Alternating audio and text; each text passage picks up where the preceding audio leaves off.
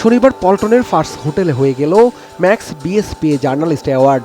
Bangladesh sports press association আয়োজিত ক্রীড়া সাংবাদিকদের স্বীকৃতি প্রদানের সর্বোচ্চ অনুষ্ঠানে 3টি ক্যাটাগরিতে পুরস্কার জিতেছেন এটিএন নিউজের বদিউজ্জামান মিলন।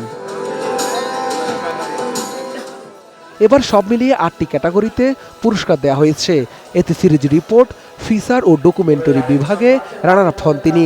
এরপর max BSPA journalist of the year তৌফিক আজিজ খান ট্রফিতেও রানার আপ হয়েছেন বদিউজ্জামান মিলন। 2024 সালের max BSPA journalist of the year পুরস্কার জিতেছেন টি স্পোর্টসের সিনিয়র ক্রীড়া সাংবাদিক রিফাত আল মাসুদ। বরাবরের মতো স্বাধীন বিচারক প্যানেলের মার্কিংয়ের ভিত্তিতে দেয়া হয়েছে এই পুরস্কার। দেশের ক্রীড়া সাংবাদিকদের সেরা প্রতিবেদনগুলো থেকেই এই সেরাদের বেছে নেন 7 সদস্যের একটি বিচারক প্যানেল। অনুষ্ঠানে বিশ্ব ক্রীড়া সাংবাদিক দিবস উপলক্ষে 2 জন ক্রীড়া লেখক ও সিনিয়র ক্রীড়া সাংবাদিক মোহাম্মদ আনোয়ারুল্লাহ ও ফারবিন নাসিমা নাহার পুতুলকে সম্মাননা দেওয়া হয়েছে।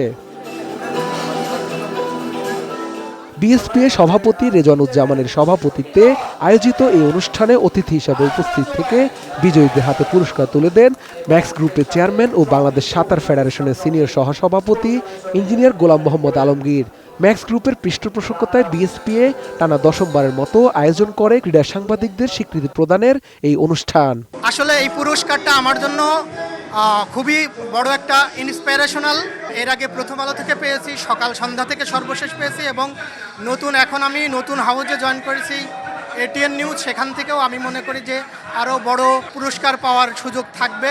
এবং দিন শেষে আমরা যারা সাংবাদিক কাজ করি, আমাদের আসলে কাজের শেষে আমাদের তৃপ্তিটা এটা যে আমরা যখন কোনো ভালো কাজ করি সেটা সেই মূল্যায়নটা যখন পাই যে কোনো সাংবাদিক, এবং এই রিপোর্টটা হচ্ছে সেই মূল্যায়ন।